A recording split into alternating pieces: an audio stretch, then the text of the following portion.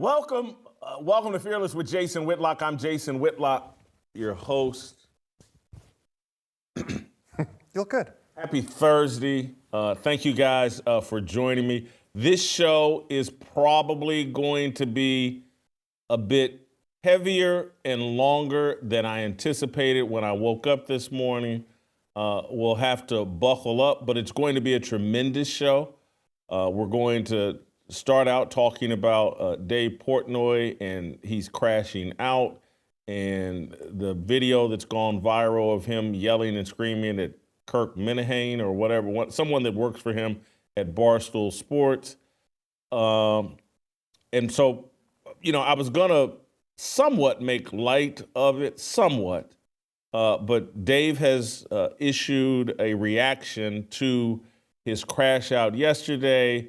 He's called me a name, as he's prone to do. There's not a lot of substance, but I'm going to address this a bit more seriously and probably in a bit more detail than I anticipated. We may also get to, if I don't ramble too long, and this is somewhat of a warning to Steve Kim and Steve Kim fans. I know you guys are out there. We thought we'd get to Steve Kim real early, 15, 20, 30 minutes in. Who knows how long I'll ramble. TJ's here in studio with me. But we hope maybe at some point we'll get to Stephen A. Smith getting new shows on SiriusXM and replacing Michelle Beadle in her time slot. And Michelle Beadle reacted kind of violently emotionally to that, or, expressed her disappointment with the way Sirius handled that. We may also get to, and I think we are, because I want to get to all this content. Allen Iverson has joined the people pampering, coddling, flirting with Angel Reese, in my view. He's now, he's singing her praises, and this is detrimental to Angel Reese. RGIII had some interesting things to say about Shedeur Sanders. We may get to that. And Dawn Staley, and that's OTA. From what I understand, Shedeur will be in the OTA Hall of Fame, first ballot OTA Hall of Fame, and RG3 I think is going to introduce Shedeur Sanders at that ceremony. We may also, or we will try to get to Dawn Staley. She's joining the CBS broadcasting crew for the WNBA, the South Carolina coach, and a former WNBA player, Renee Montgomery, whose biggest claim to fame is she's allegedly part of, I think, the Atlanta Dream ownership group. Someone, gave her a charitable donation, a part of ownership of the Atlanta Dream. And her big moment in terms of being an owner was taking a dump on Caitlin Clark fans and calling them racist. Well, now Renee Montgomery and Dawn Staley are going to be part of the pregame show, CBS's pregame show coverage of the WNBA. So two people that hate Caitlin Clark, two people that love to play the race card, two people that love to frame Caitlin Clark fans as racist. Yeah, that's what the WNBA needs more of, a part of their broadcast team. Not someone that would support Caitlin Clark and her fans, that this blessing that's come to the WNBA.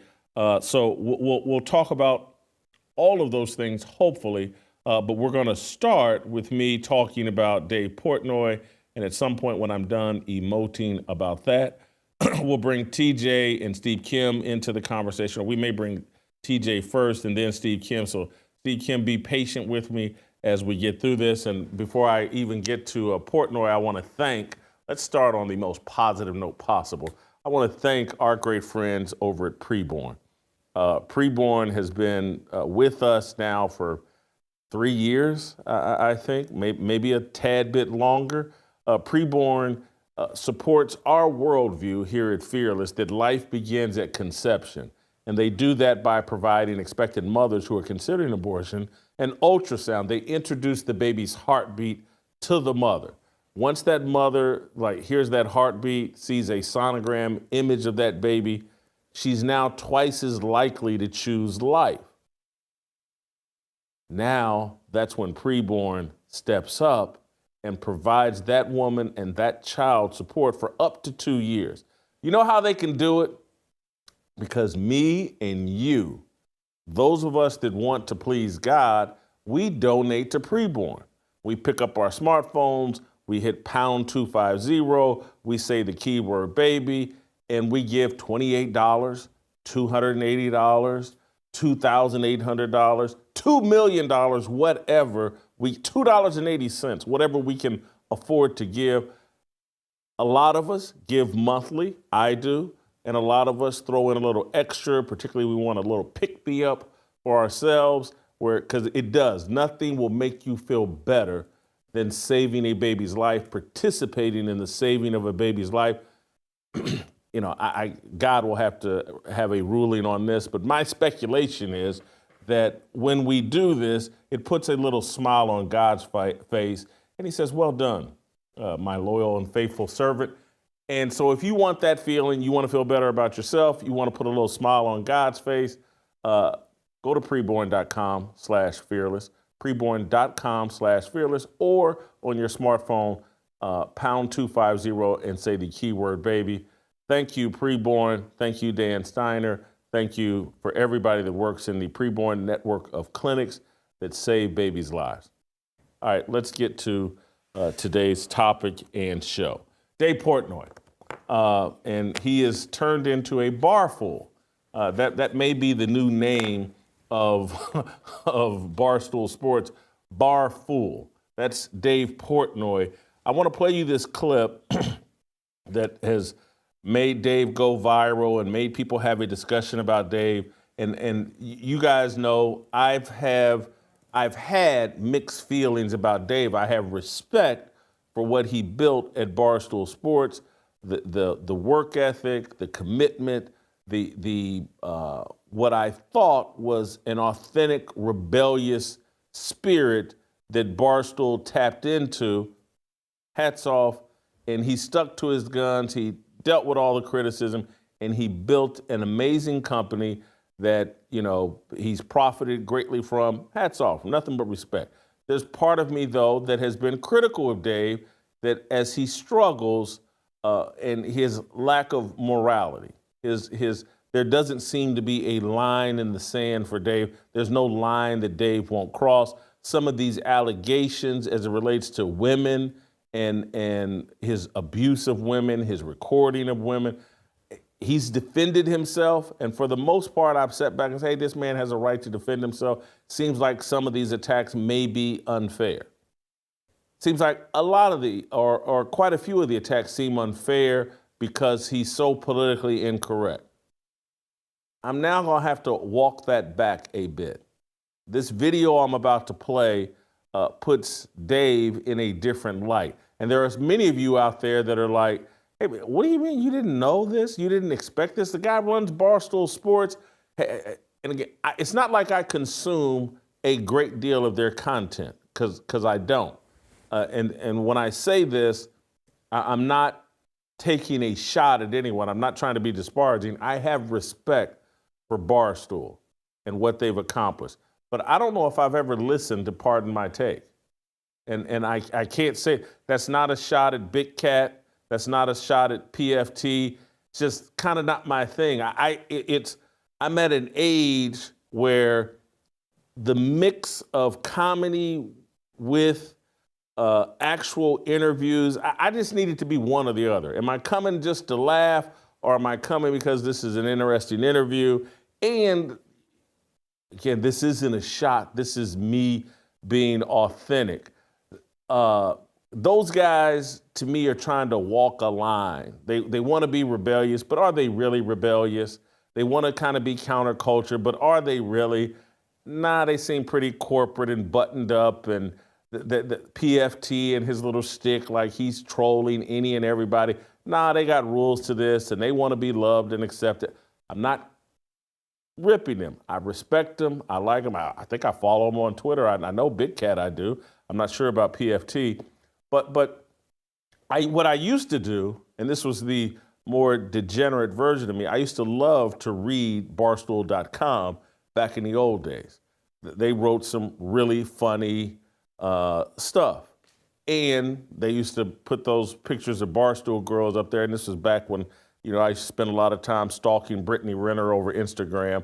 And I would find other women to stalk by watching Barstool scroll, because they'd put Barstool Beauties or something like that I used to love to look at. Just keeping it real. Anyway, I've now, with this latest video that's come out with Dave Portnoy, having a debate, a discussion, and then a meltdown on Kirk Minihane, it's like, whoa, this dude has some, and this will sound like I'm being hyperbolic and sensational, but when you put it all together with the complaints that have been about Dave and his affinity for super young women and for allegations of he forced me to do this and forced me to do that, a lot of stuff that I just kind of ignored because I'm like, I don't know what to believe, and women can make any accusation. I watch this tape and I go, whoa, this looks like baby Harvey Weinstein. Because if you remember, the Harvey Weinstein, it wasn't just sexual harassment. People would say like he was one of the meanest, most abusive, condescending people that you'd ever want to meet, and that he was a bully and an a-hole. And so when I play you this video, I'm like, whoa, this has Harvey Weinstein vibes to it, and maybe I was wrong for basically kind of looking the other way as it relates to these allegations related to Dave. So without further ado, let me play the first clip here of Dave. This is SOT number 1. It's about a 3-minute clip of Dave snapping on Kirk Minihane. Play the clip. I think right now you probably nothing. don't do nothing. Silence everything. What do you? Every comedian, don't tell a joke about it. Because Dave, that's how the world works. I agree with you. Go back to your question. When does freedom of speech impinge That was your on freedom question, of not religion? mine. That was your question, not Answer it. How many deaths? Yeah. I don't have an answer. Like how in America, American citizens. What's your answer to that question? Now. Okay, we're there. Now. So now what? So now what do we do? So maybe you stop with the Jew jokes and act like it's not a big deal when someone does the Jews in a bar. Or no, here's the thing. I'm with you 1,000% on that. You should have kicked those people out. Of course you should. I'm not talking about kicking them out. I'm talking about. You want to go to jail? Like, what do you want? Like, those guys. You are defending this guy Mick for what he said right after that happened. He's not anti-Semitic. I'm not defending him. No, if your brain goes in, I'm not defending him, Dave. What I'm saying is, you should have him on here or somebody else like that and fucking fight with them, because then you have a conversation. That's what this idiot wants. Dave, these guys that wrote the thing at the bar, the Jews, right? Yes. You're gonna fly them to Auschwitz. Some guy tweets at you something. You want to? He's not. You can't come on. It was a bar I owned. It was a bar I owned. They should have been kicked out. So, but my thing is, no, it's not just kick out Kirk. Are you ignoring what's going on in the world? No, right I'm now? not. What, Dave? What do you want to do with those guys? What do you want to think it's related? What do you want to do with those guys in the bar? Put them in jail for 50 years? Fine. I don't care. I didn't say that. You're quite literally changing everything you say, Kirk. If you just want me to kick him out, not mention it, not care that this kid is anti-Semitic, shut up. If you just want me to ignore it, don't tell me to shut up. Don't tell me. Shut the fuck up, you bald. Okay, go ahead. How's that? Oh, it's kill. I'll never recover from that, Dave. Go ahead, continue. I'll never recover. Well, you're the one who big boss man, don't tell. I'll tell you, you work for me. Okay, go ahead, continue. You little bitch, you work for me. Sure, you bet. For now, oh, you continue. Don't? For now, quit. I don't care. Is this 500 grand. Is this show or not a show? Like, is a show or not a show? Like, we can't have a conversation? You're an idiot. Okay, continue. You're literally saying people should be allowed to make Jew jokes, say whatever they want right now. That's yes, I think people should be allowed to make jokes. So how many mother Jews have to be killed before you stop? That I don't think. What else? Where else is that happening with the religion or people? I don't think those psychopaths. I'm with you. They're scumbags. They're the worst people on the earth. Should that? You don't think it's all related? But Dave, you're telling a comedian not to make a joke. It's not a comedian. I'm with you. But you said stop all jokes. Jew jokes of that nature now. We'll ban Jew jokes of that nature. We'll get the Constitution, we'll get Congress, and stop Jew jokes of that nature. So, I'm 58. I've been in corporate America in a work environment since 1990. So let me do the math on that. That's 10. 25. That's 35 years. Mm-hmm. And I'm not trying to pretend to be naive. I authentically thought that type of conversation from an employer, I thought no way that ever transpires. I thought no way no one would ever talk to an employee that way. It's unfathomable to me. Am I naive? Oh, yeah, absolutely. There's a lot of bad business owners. That shut up, shut the F up in that kind of tone. Absolutely. And condescending. No question. Hey, you work for me, you little bitch. That's a... It's not common, but acting like it doesn't happen, that's naive. It's actually very naive. I mean, I've been around some people where I watch these sort of stuff, and then I've never seen. And then they come in the next day and try to make up for it, and they're super nice about it, or they'll give them a little bonus. It happens. It happens. Don't know how regular it happens. Dave is not this unicorn.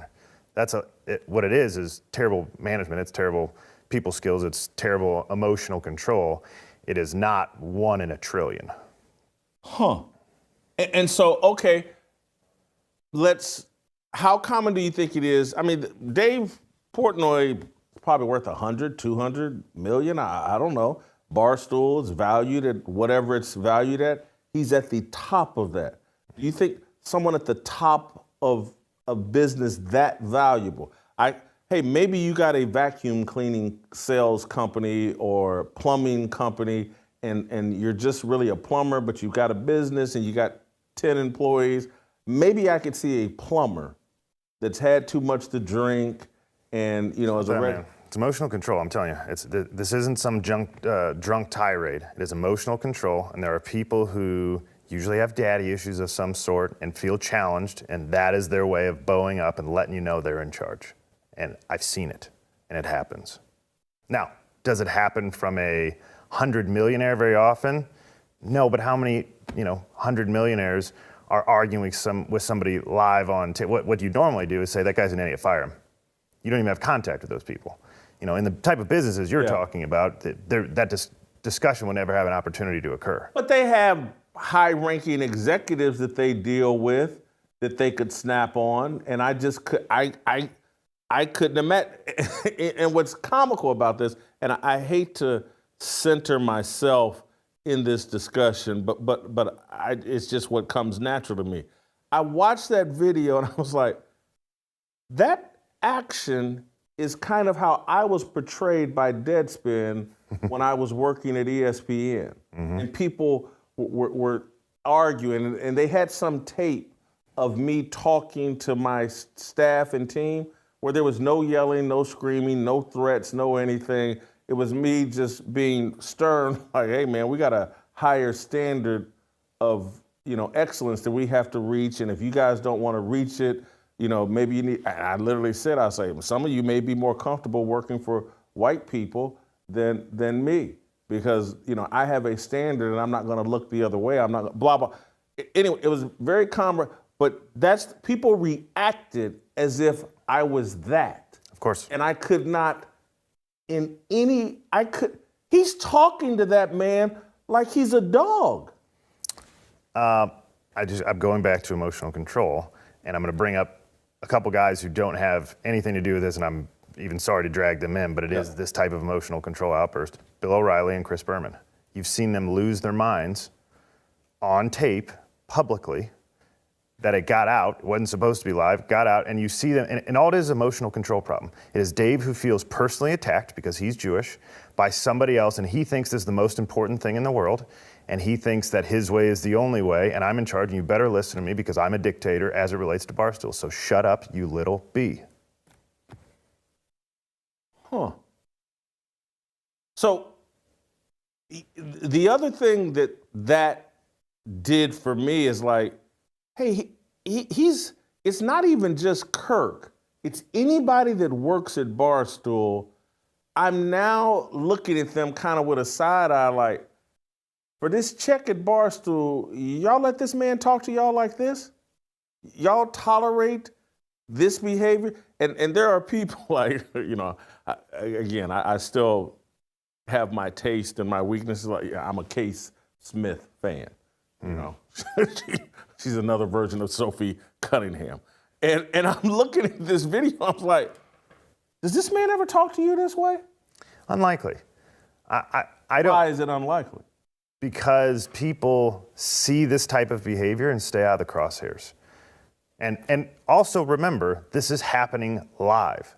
And so not only is Dave losing his mind, he has to put on a show and let everybody, because the whole world now knows that he's being challenged. And the whole world now knows that he has a reputation to uphold and that he has to be part of this is a show, but it's also, this is actually who he is. He has no emotional control. His employees know that. And again, I am aware, I have at least one, maybe two business owners that I personally know in my head that have this lack of emotional control. And everybody in the company knows you don't cross those people. And that you'll never get in a place that Kirk was in there. You see, you got it, boss man, whatever you need. And we'll talk about it behind your back. Then there would be some people that would argue that in order to reach the heights that he's reached, that maybe your employees have to fear you in that way. That would be the argument. That I think it's a bad argument. Why? Here's why I would say that. Because again, that behavior does shock me. But I've seen a narcissism and a selfishness from people in the media business that blows my mind. That the way they can be not yelling and screaming and this, but they can be very condescending to the hair and makeup people, to the assistant producers, to they're weird and they're condescending. But again, I haven't seen this level, but I've seen different levels of it, and there are a lot of the people at the very top of the business. Like Skip Bayless is kind of a madman, not like this, but in a different way, and I'll be like, I could never do that. I could never be, and this isn't me trying, because look, there's some bad parts to me. This isn't me trying to put myself on a pedestal, but it did make me think like, man, you got to be really selfish to reach the top. You have.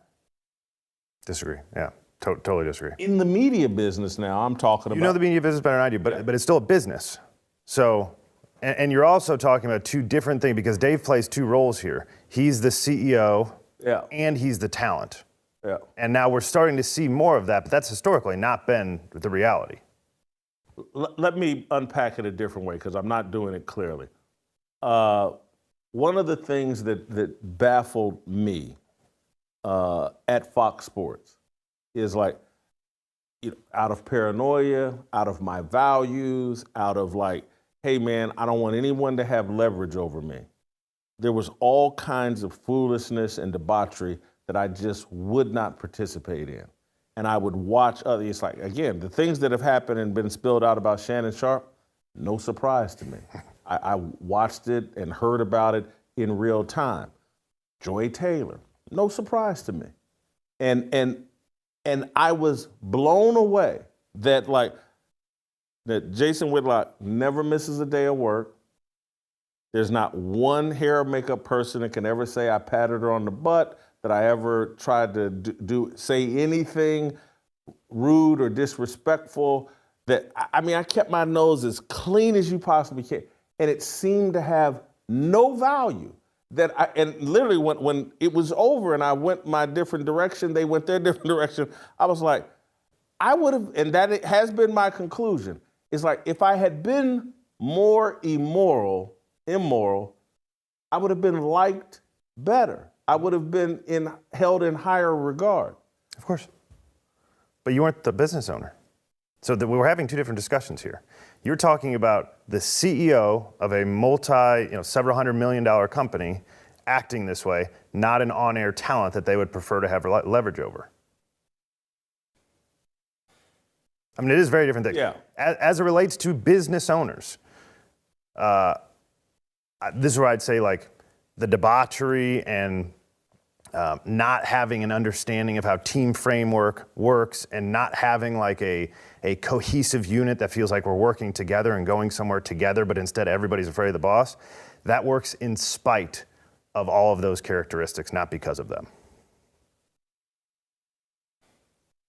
All right, so here's what I tweeted out yesterday about Portnoy and what's going on, my reaction.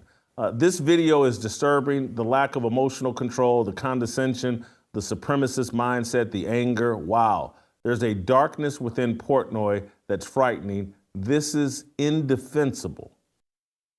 And then I said what I've said on this show. I've never heard an employer talk to an employee like this.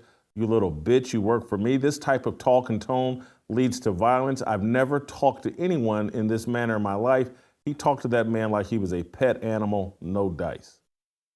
So that's my reaction. Dave Portnoy had a reaction today, I believe at 9 this morning. He released a video where he briefly called me out, called Des Bryant out, but gave his explanation of what we saw yesterday. Let's play it. This is long, but I want to play it in context because I want to be fair to Dave. Let's play the clip. All right, real quick.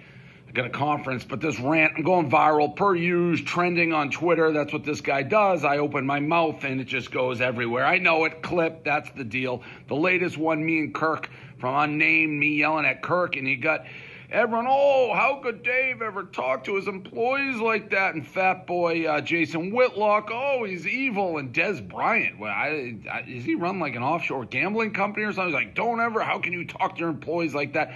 These guys just shut up and mind your business. Welcome to Barstool, all right? This is how we talk to each other back and forth, especially Kirk and I. So just shut up. Shut up. Those people don't know what the fuck they're talking about. This is about the bigger thing. And again, clips, what we talk about, taken out of context. Now I'm seeing, oh, Dave wants to throw people in jail for Jew jokes, and Dave wants to, regulate Jew jokes. He's been this free speech guy, and remember, he sang that Ja Rule lyric, 10 years ago and shit. It's crazy. So let me set this, let me just set the record straight, because people just watch the little clips. I was referring to, if you're making a Jew joke currently, right now, like after a bunch of Jews get Molotov cocktails thrown at them in Colorado, or after 2 Jews are gunned down outside a Jewish museum, and your response is somehow it's like the Jews' fault or a veiled Jew joke, you're an anti-Semitic piece of shit. That's what this was about. This was about after Mo Khan held the "fuck the Jews" sign in my bar, and I kicked him out and tried to make an example of him. A troll basically was saying, I have no right to talk about that or be mad about that. It's just a joke. I make jokes. When a joke's illegal? Well, that's an anti-Semitic piece of shit. I'm not saying he should be in jail. I'm not saying put him in cuffs. I'm just saying that dude is an anti-Semitic piece of shit. If you can't tell the difference between "fuck the Jews," which was not a joke, that was Mo Khan's thing, and you become Mo Khan and just be like, what, I can't joke anymore?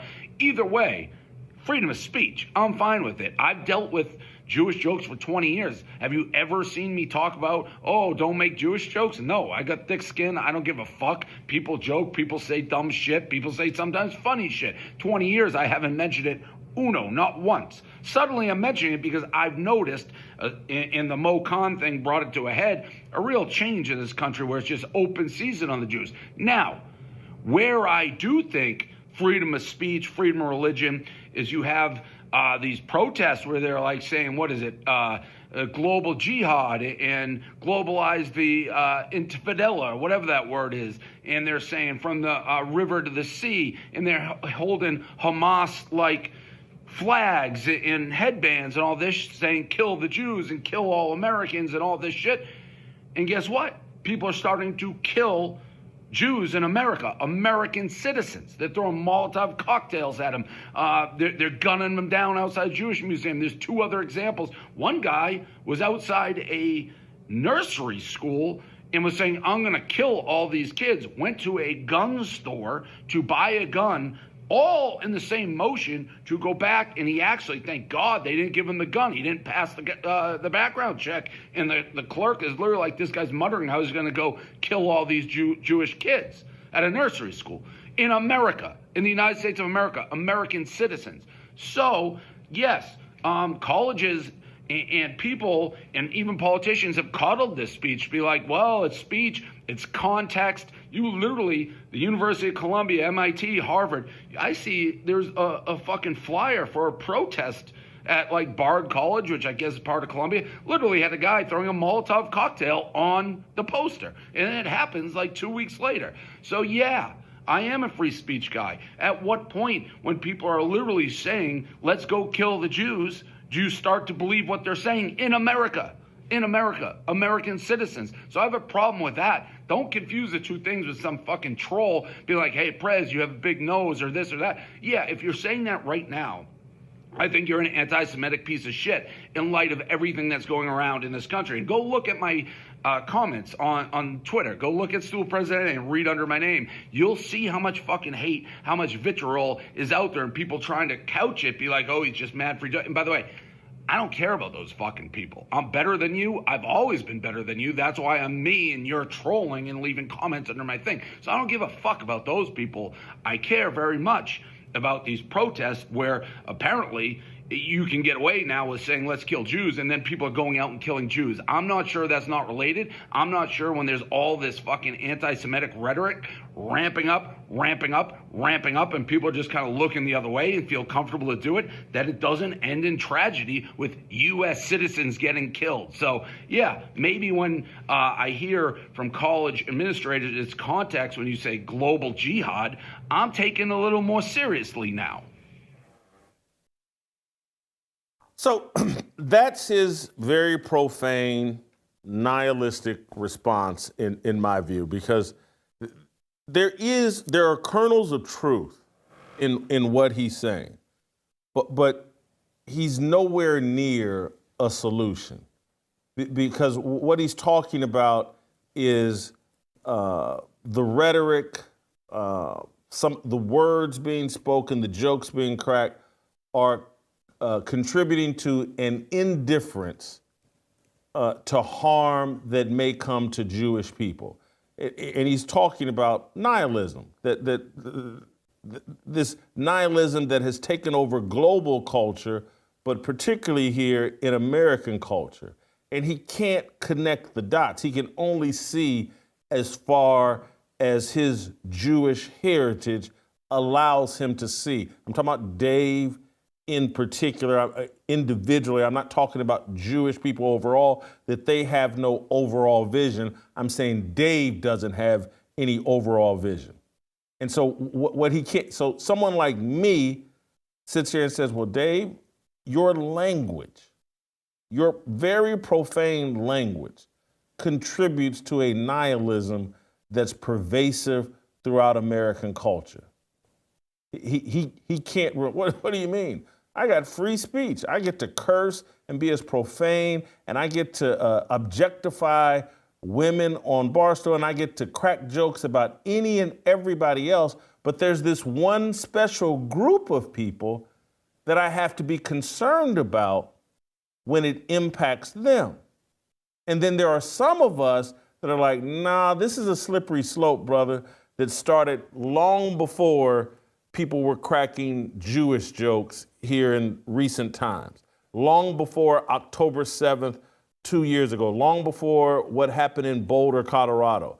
There's been a nihilistic culture promoted throughout America. And for someone like me, I go, hold on, I hear you and I kind of support you, but I would like for you to hear and support me.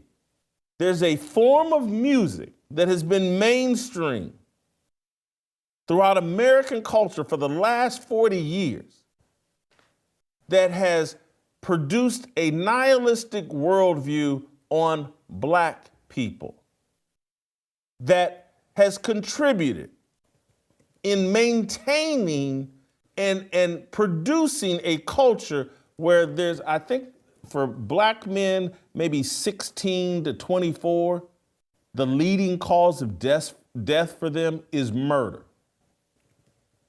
And all of this murder and violence has been set to music, rap music, that has also now been injected into R&B music.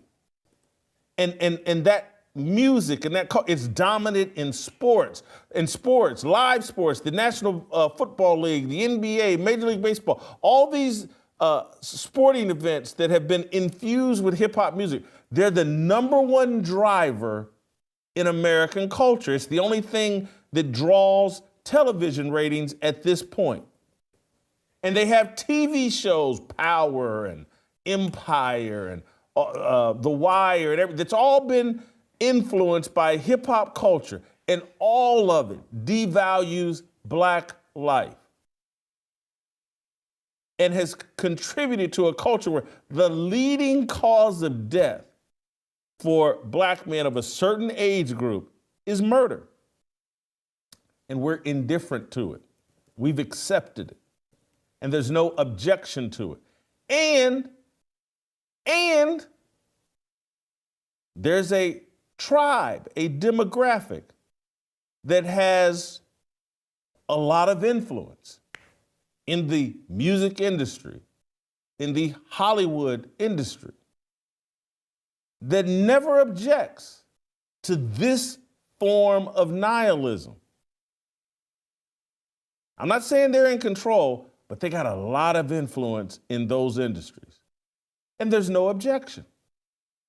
And I wish that there was. And I wish that they could see. I wish that Dave Portnoy could see. Hey, brother, you and me should lock arms and be like, hey, we need to tamp down this nihilism throughout American culture. Because if we allow it for 30 or 40 years among black people, eventually it's going to seep out, and Jewish people, white people, Mexican people, Asian people, everybody's going to be affected by this nihilistic culture.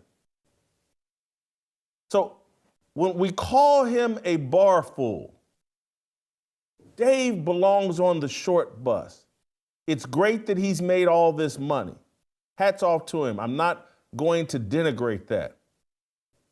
But this man's not very deep. He's very shallow. And if anyone needs to quiet down and shut up, it might be Dave Portnoy. He's fooled by all the money he's made into thinking he's brilliant. I have told you all, and I'm not disrespecting what he's done and what he's accomplished financially, but that's not how I judge things. That's not part of a biblical worldview, in my opinion. In this current American culture that we have, the man willing to cut the most corners is oftentimes the man who will make the most money. The man who disavows any values, particularly any biblical values, is going to be the man that makes the most money. That's a fundamental truth. And so Dave Portnoy, as we've seen in this video, the way he talked to Kurt Minahan, the way he defended, hey, this is just what we do at Barstool. Could you imagine being on video talking to another human being in such a disrespectful way, in such a condescending way, in such a way, and then come back and double down in a second video and start talking about, I'm better than you. And again, I have a worldview that Dave does not share. But I authentically do not believe that I'm better than anyone. And there are people in this world that have done horrendous things that I don't think I'm better than. I might think I'm more obedient to God than they are. I may think I'm more blessed than they are. But I don't think that I'm better than them. That's a supremacist mentality that I reject. I have enough life lessons that I'm humble enough to know man, I'm capable of anything. Thank God I serve a merciful God, and thank God I've fallen down enough to know that I'm an idiot, and that if I don't listen to God, I'm capable of anything. And so this is our problem in American culture. We think, hey man, Jay-Z's got a lot of money. He's someone we should listen to. Hey, LeBron James has a lot of money. He's someone we should listen to. Dave Portnoy has a lot of money. He's someone we should listen to. These people are idiots.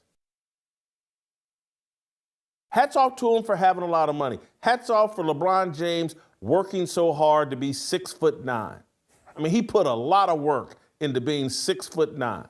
Hats off to him. Hats off to Jay-Z for rapping about dealing drugs and killing people. Oh, what a beautiful role model Jay-Z is. Hats off to him. Hats off to Dave Portnoy for leaning Barstool into some soft pornography and cracking politically incorrect, nihilistic jokes. Hats off, Dave. These people that this whole worldview that, oh, I got a lot of money, so therefore I'm smart, and therefore you must listen to me. That's how you end up with an idiot like Stephen A. Smith running for president. And we do that. I don't blame them. We put them on a pedestal. We idol and worship money so much that we fall for this. But these people aren't very smart, and Dave Portnoy is not very smart. To me, I watch these videos and I'm like, this guy is crashing out. He's got a drug problem, a perversion problem. He has a lack of morality problem. He's got a reprobate mind. And it's undiagnosed. And I look at the people that work with him and cape up for him, and I'm like, boy, you will do anything and you will be quiet about anything for a paycheck. He's made a fool out of all of them. Now, the Big Cat, PFT, K. Smith, all the people that work for have to now answer questions about, this is who you work for? Does he talk to you this way? And now many of them are running around lying. Oh, no, he'd never talk that way to me. Or they're not admitting what TJ said is, oh, I'd never give him a chance to talk to me that way. Who's the other guy? Does anybody know the name of the other guy in the video with Portnoy and Kirk Minihane? Because that's what the other employees do. The guy in the Edmonton Oilers hat, I think he was off to the left of the screen. He just sat there with his mouth shut as Dave Portnoy crashed out. So either you're Kirk Minihane and he's talking to you like a dog, or you're the other guy that's sitting there like a dog that's been spayed and neutered and has had his butt beaten so many times he knows not to object to anything. Because, I mean, just for me, again, I'm not, and this is where we'll bring Steve and TJ into the conversation, because there's a lot of people like, man, I would quit. If I'm Kirk Minihane, I've got to quit. If I'm the other guy, I got to quit. The only thing I would say, I don't know about quitting, because I don't know their situation with their families, kids, college things they got to pay for. And I'm not, to me, if you judge it just on me, yeah, I probably would quit, or I'd be working on my exit. That's been my history.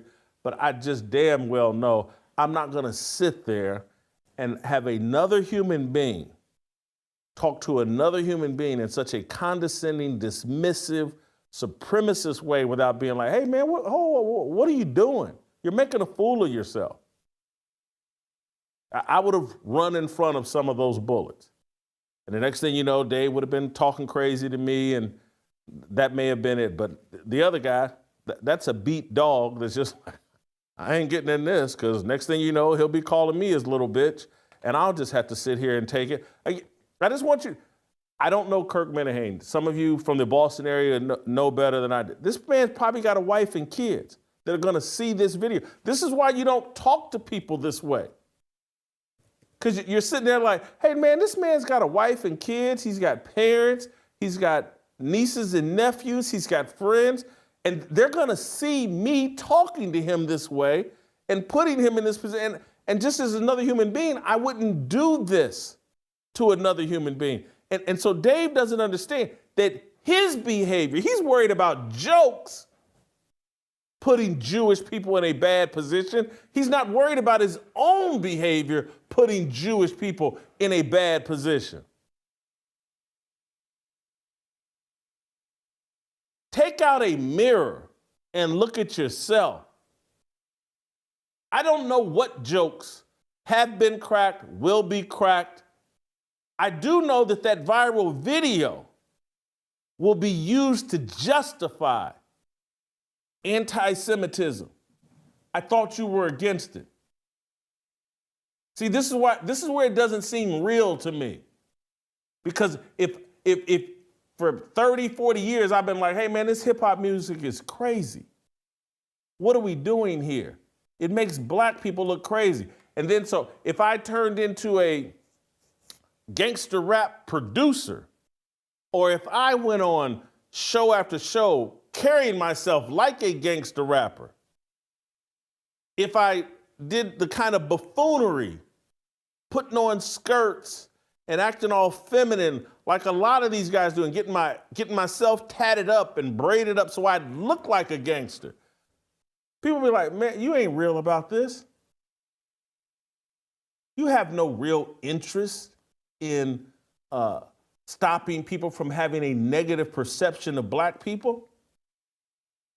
You won't even clean up your own behavior, but you want to clean up everybody else's. This is insanity.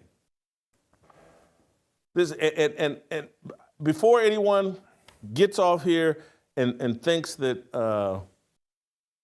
I don't have any empathy, grace, hopes for Dave Portnoy, I actually do.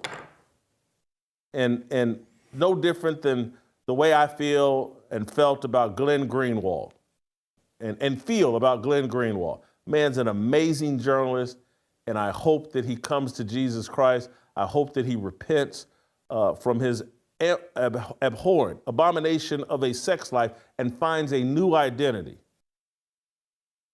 I hope that Dave Portnoy finds a new identity in Christ that would make him be able to look at these videos and say, hey man, have I really created an environment, a work environment, that this is the way we talk to each other? This is the way we engage with each other? This is how I win debates? I'm incapable of engaging with people in an intelligent way, and so I just browbeat and bully them, embarrass them in front of their friends and families, emasculate this man? Because now, just think if Kirk Minihane comes out and puts out a video today, says, hey man, those of you that are reacting to the way Dave talked to me, you just don't understand how we do things at Barstool. That'd be one of the gayest things I've ever seen in my life. If this man came out and defended the way he was talked to. He's put Kirk Minihane in an impossible position. All right, we'll bring Steve Kim and TJ Moe into this conversation. Guys, I want to tell you that we're doing some big things over here at Blaze TV. And one of the biggest things we're doing is a new documentary that gets to the bottom of or further explains what went on in Minneapolis during the George Floyd riots. We've got a documentary or a series of interviews with 3 current Minneapolis police officers that were there during the summer of St. George Floyd. Were at the 3rd precinct when it was looted and burned. They talk about on the record, they're anonymous because they're still current law enforcement officers in Minneapolis, but they talk about how they've been sold out by Tim Walz and what happened, how unfairly Derek Chauvin was treated. Anyway, you can watch this by going to YouTube and punching in Blaze TV Minneapolis. You'll get a 10-minute tease whet your appetite. If you want to see the entire unfiltered investigation, you got to be a Blaze TV subscriber. The way to do that is go to fearlessmission.com, get $20 off your subscription, sign up and support this style of journalism. If you want the truth, you got to be willing to pay for it, quite frankly. And getting a Blaze TV subscription is not that expensive. You can get $20 off by going to fearlessmission.com. Do that right now. When we come back, Steve Kim will join our conversation. X.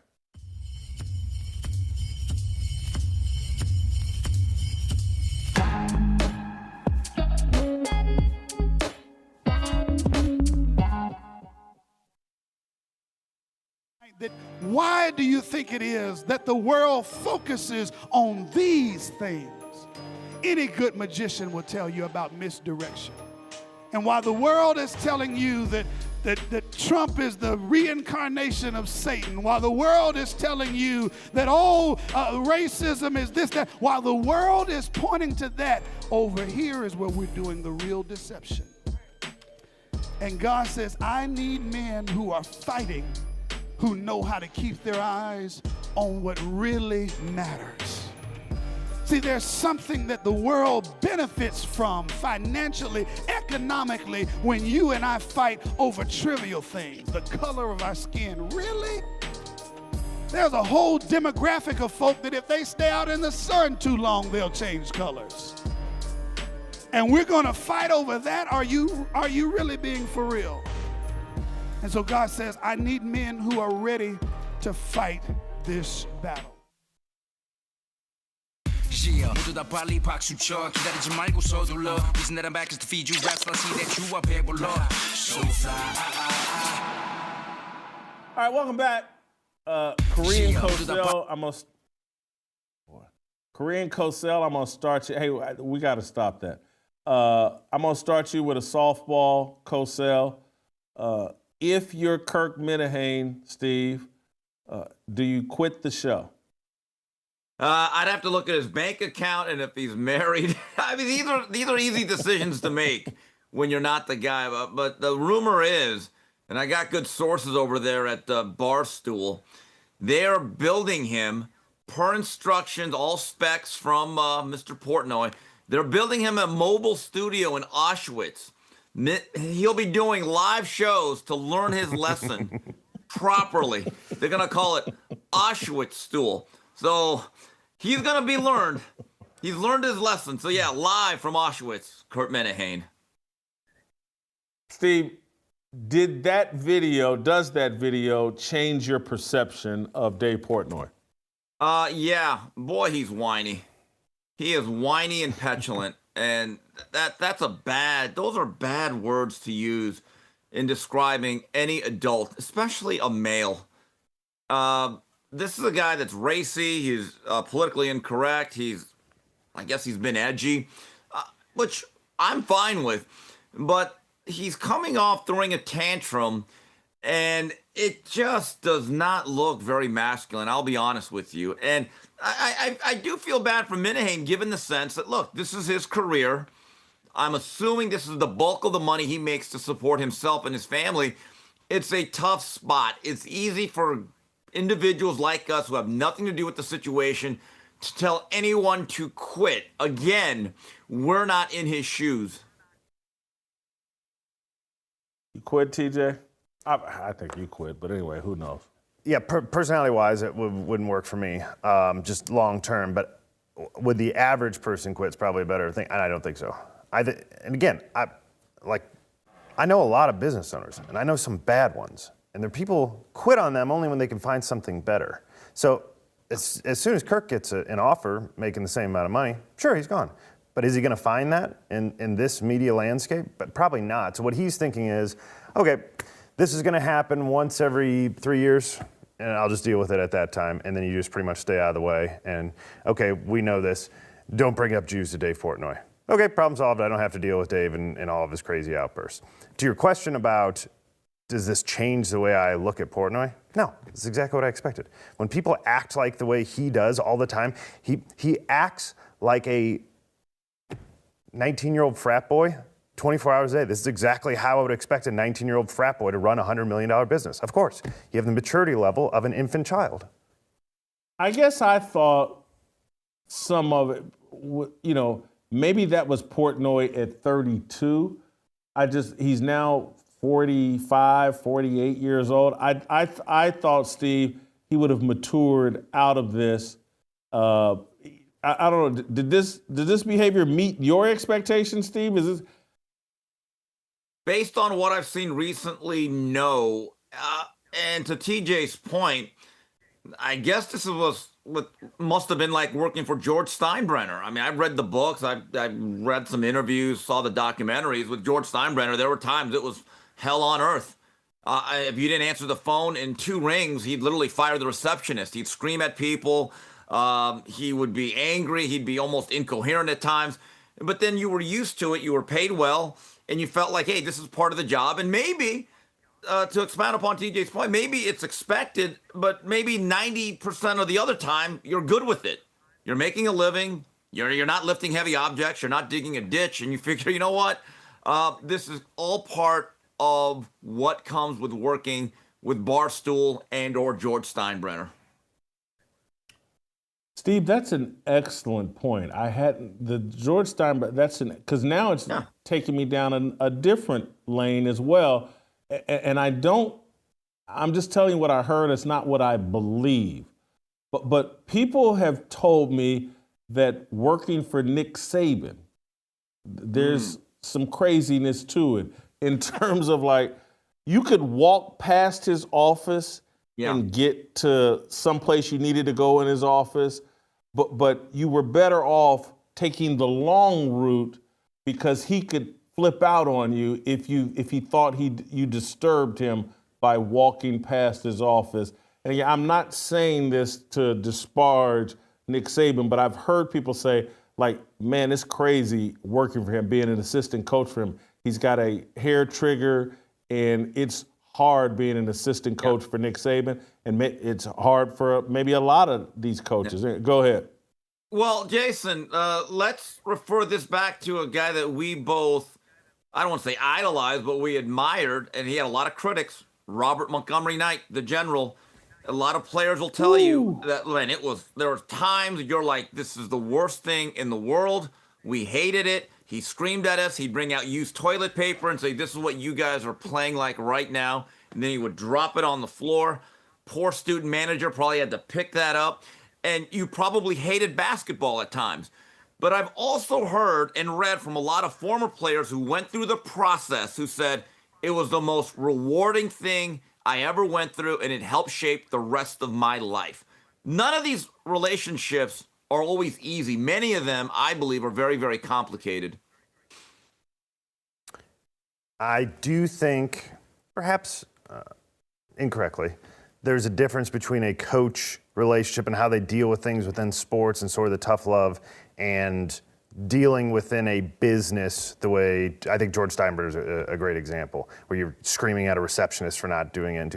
There's a little bit different sort of, you push and pull on players to get the best out of them, not you berate them live on television to make sure everybody knows that you're the dictator here. It feels a little different to me. Like Bobby Knight always felt like a guy who was trying to get the best out of his players, push, inappropriate, things were crazy.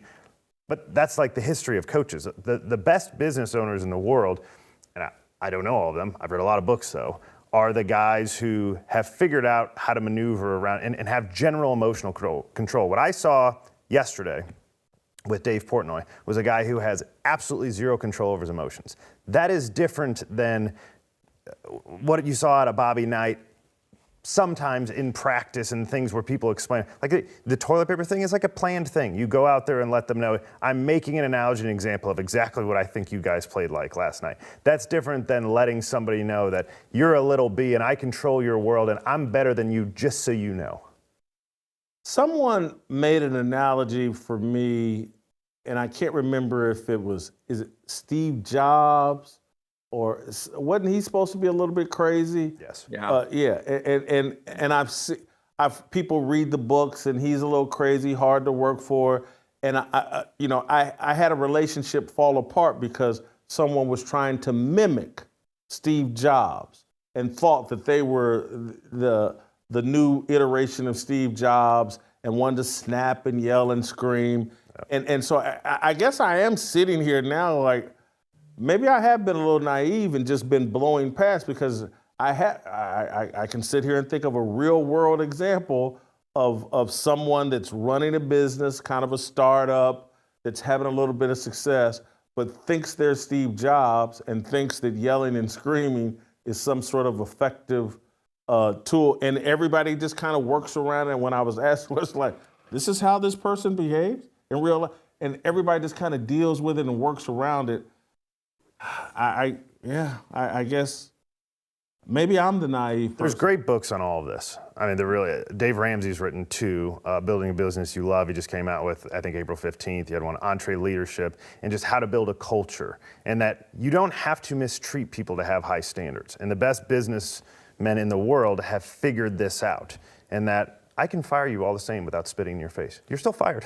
The end result is the exact same. I still have high standards, and you can. Yesterday, Dave Portnoy could have said, we're going to agree to disagree on this. Do me a favor, since I do own this platform. Let's not have this conversation here. We'll have it, we'll have it off air somewhere. Yeah. But I don't appreciate that, and I think it puts some of us in danger. You could have done all that and then fired him later, and people would have thought, hey, that's the high road. Go ahead, Steve. TJ, I think you make an excellent point in terms of the public scolding and the embarrassment. That I cannot argue. But I do find it interesting that the very thing that Dave Portnoy is hoping to root out and stop, which is anti-Semitism, right? Well, as I'm waiting and I'm listening to Jason's monologue, I happened to see the tweet where he gave that message that was played earlier. Guys, the irony of it all, read the comments and the retweets. The anti-Semitism is ramped up on 10. So there's an irony to this, that he wants to root it out, and instead, I think he fanned the flames of it with his own behavior. I want to maybe send us off. I want to jump off that point. I don't want to send us off too far in a different direction, but I do want to play this Dave Smith clip. Dave Smith, the comedian who's been involved in a lot of controversy as it relates to arguing about Israel and what's going on in Gaza. And, Dave Smith is Jewish. He's a comedian.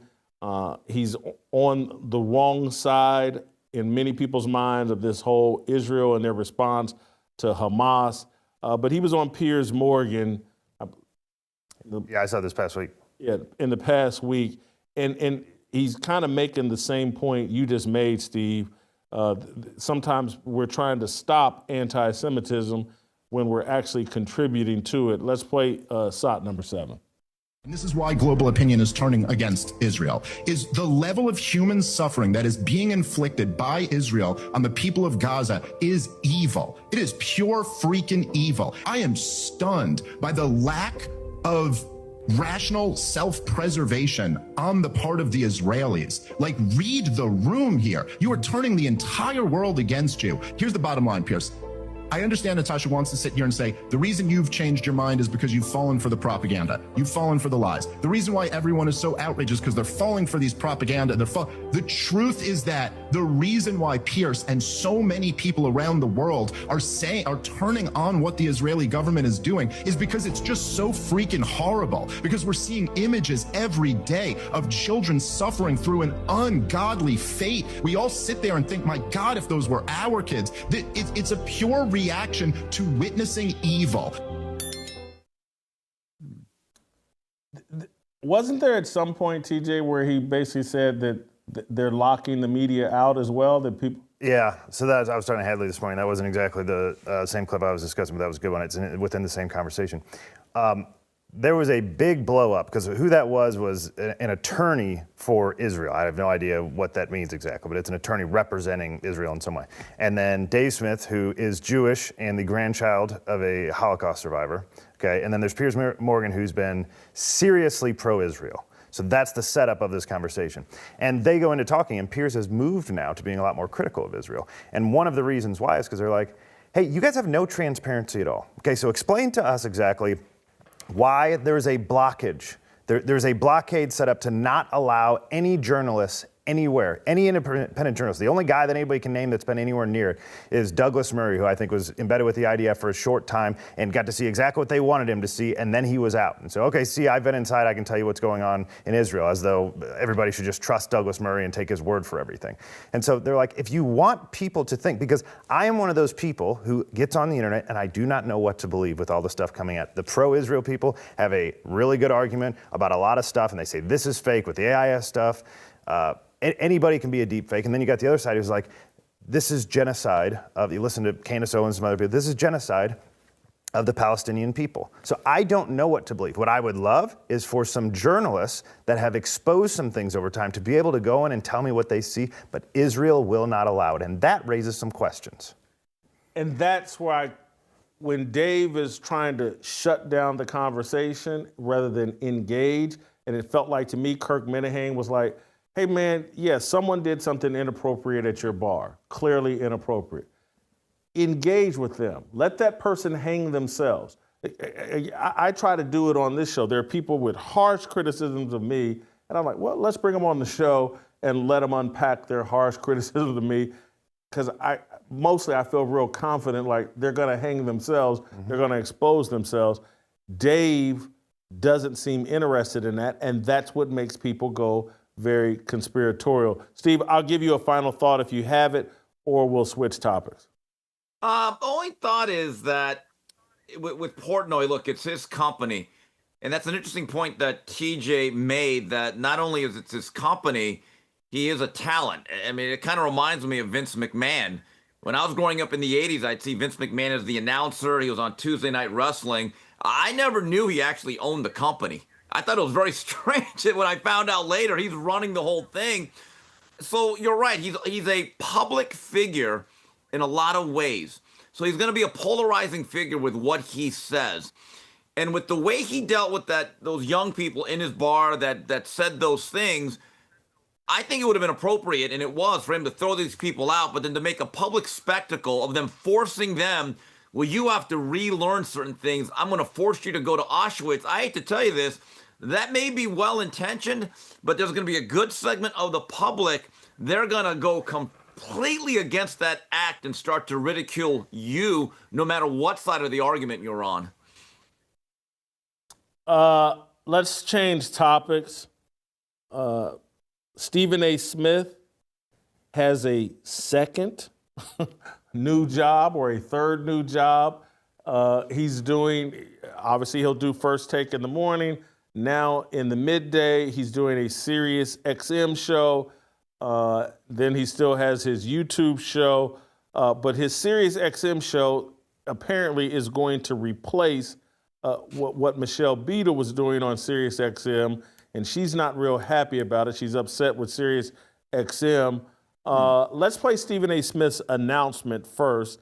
This is Stephen A. Smith, SOT number 3. Are you ready to make your big announcement? Tuesday, September 2nd, I return to SiriusXM with my own show, The Stephen A. Smith Show. I'm coming back to SiriusXM. I'll be on Mad Dog. I'll be on Mad Dog Sports Radio, leading into Mad Dog 1 to 3 p.m. Eastern Standard Time every weekday. Mad Dog comes on 3 to 6, and then the re-air of my show from 6 to 8 follows his show as well. So you'll hear me on SiriusXM Mad Dog Radio, and I'm also having my own political show, social commentary, call it whatever you want, on or likely on POTUS, on the POTUS channel once on a SiriusXM? week. Starting that's on SiriusXM, the POTUS channel, SiriusXM. Is this a multi-year deal with SiriusXM? It is. Yes, it is. Is it an exclusive deal? The only place we can get Stephen A. Smith for these shows is right here at SiriusXM. That is correct, on audio. Look at this. I want to, before we get even into Michelle Beadle, Steve, any chance here that Stephen A. Smith is overexposing himself? Yeah, sometimes less is more. And his political show should be called Flip Flop. He seems to do that a lot. So, yeah, sometimes less is more. And I'm sure you've been in this position, Jason, when you're offered a lot of gigs, you're hot, you're the hot name. Don't you run out of things to say sometimes? And sometimes you find yourself repeating yourselves in the same day. And I'm like, look, I'm good. A lot of people want to hear what I have to say. I don't know, Jason and TJ, if they want to hear what I have to say over and over and over again. Overexposure, TJ? Oh, yeah, I mean, absolutely. But look, you got to have a lot of substance to be overexposed, too. If he's already just making things up, why not just make up a few more things? That is actually what I think about Stephen A. That he's not sitting there putting tons and tons of thought into everything he's talking about. He's flying off, whatever, off the cuff. Here's the thing. Listening to him talk about politics is one of the most entertaining things that you can do today. Sit down and listen to him try to dive into politics. He doesn't even know the terms yet. This guy's acting like he knows how to be president. I can't remember off the top of my head, but I have listened to him recently, and he's throwing out terms like, oh, you don't even know how to talk about politics. You don't even know the basic terminology. I think it's on-the-job training, and I say that in all seriousness. This is why he's on every day, everywhere. Not just his own platforms. He's constantly, here he is with Howard Stern. Here he is yesterday with Megyn Kelly. Here he is today with Patrick Bet-David. He not just his own shows, he's on every show. I've never seen anybody do this much media, and it makes me like, when is he not talking? As someone like myself that values my alone time and time when I'm not talking, obviously Stephen A. and I are completely different, but I'm like, man, this guy's got 2 kids.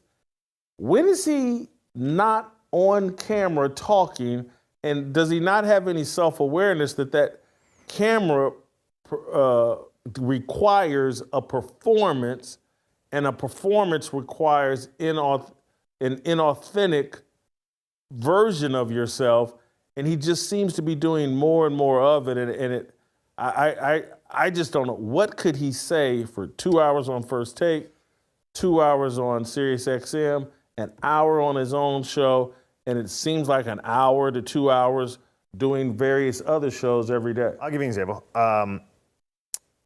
But again, I'm on the record now.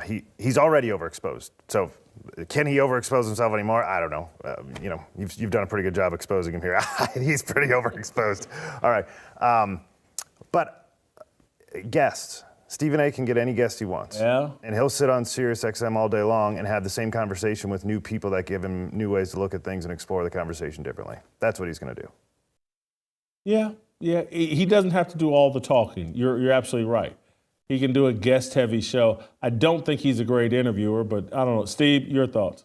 Well, I always thought Cam Harris was the most inept, most unintelligent, least qualified presidential candidate in years. Think about this. Stephen A. is probably even all of that and more, but at least on his behalf, he will speak to the media on a regular basis, unlike she did. So there are some pluses and minuses with that whole dynamic. I want to read you Michelle Beadle's statement that it's a tweet she put out mocking Stephen A. Smith. In fairness, we do need more coverage of Jamal Williams. I think she's referencing Jalen Williams, who plays for OKC, but Stephen called him Jamal, and other fun facts. She then goes on to say, I don't respect him, talking about Stephen A. I don't respect his work. He doesn't like me. This goes back to the Ray Rice stuff. He made some really piggish comments on the air. I responded. He got suspended for like 2 weeks. I think that was sort of the beginning of the end for anything. I just don't respect him. I think he gets things wrong all the time. I'm not talking about opinions. Those can never be wrong. But factually, when you spread yourself so thin, it's hard to be right, not a fan. Any sympathy for Michelle Beadle, who found out live on air or from Stephen A. Smith that she was getting replaced? Well, typical white liberal woman. They love diversity till it impacts them. But yeah, I mean, she makes some good points, but man, she is bitter. Bitter. Any sympathy for Michelle here? I mean, no, but she's not wrong about anything, but do I feel bad for her? No. And it is extremely, is she single? I think she's a single. Yes, okay. I think still, maybe not. Who knows? She's coming up on 50. I think she's past that, but go ahead. Okay. It's very on brand to bring up something that happened in 2014 and say, this all stems from something that happened 11 years ago that I have not let go of. And that is where I disagree with her. I thought she was very unfair to Stephen A. Smith. You're right. She's 49. My bad. But yeah, I think she was very unfair to Stephen A. Smith in that situation. Mm-hmm. The guy misspoke. He's trying to make some nuanced point. That's not his strength. But very piggish. That's over the top. It was an opportunity for her to build her brand. She took that shot at Stephen A. Smith. Hear me. I'm woman. Hear me roar. This was at the height of girl power in the sports media world, or at the very beginning of it. This is when, talk about overplaying your hand. She may have been the first person to ever overplay her hand so much that she did it at a time where she thought women were ascending and she could do no wrong. She boycotted watching the NFL on a show that you had to watch the NFL to do, and has since not been relevant for 1 microsecond. Hey, do we have these? I want to add one more thing about Stephen A. Smith. I thought I saw a text that we got these clips of Stephen A. Smith on with Patrick Bet-David. The clips are made, and I trimmed down the third down a bit. The second one, no, we're not going to play an 8-minute clip. Don't do that. But he's on with Patrick Bet-David, and he's talking about running as a Republican, as I have predicted. Patrick Bet-David, I think, throws it out there. Stephen A. Smith talks about, well, I couldn't win as a Republican. But let's play this first clip, see what it's about. We'll unpack this in real time. 100% that in 2028, if you run, you will run as a Democrat. The only reason I say that is because I don't think that I'd have a snowball's chance in hell of running as a Republican. I think J.D. Vance, the Marco Rubios of the world, even the Ron DeSantis of the world have that on lock, number one. Number two, the party is not as in disarray as the Democratic Party. Number three, even though I'm a centrist and I'm a registered independent who would not hesitate, by the way, to vote, I would have voted for Nikki Haley.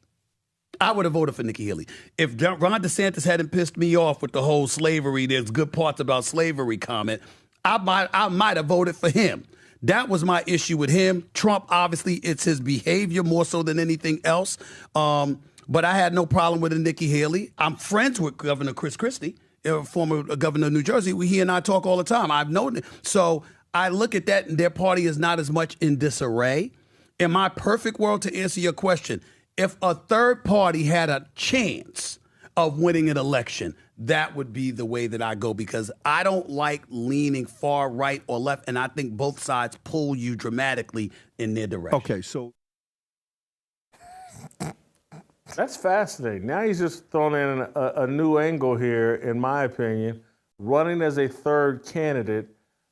And so maybe his play is, and their play is, if we can get him out there as a centrist and pull enough men away from the Republican Party, it may open a door for the Democrats. I wasn't expecting to hear that part of it, but he kept calling Nikki Haley Nikki Healy for some reason. And this whole, I don't know what to make of this Ron DeSantis. There was a teaching that was implemented in the Florida curriculum on slavery. And one of the things they said was, and it was actually this simple, but you have to be really stupid to misunderstand this, so Stephen's your guy. They said, hey, look, during slavery, these slaves earned a lot of skills that when they were freed, they took those skills and were able to utilize them to make a living. And so they said, you just said blacks benefited from slavery. That is what happened. Let me be crystal clear. Put me on camera by myself. I don't want to associate anybody else with this comment. Black people in America benefited from slavery. That's factual. If it weren't true, all the black people whining and complaining about being here in America would leave America because there would have been no benefits. But because there have been great benefits, black people are still here.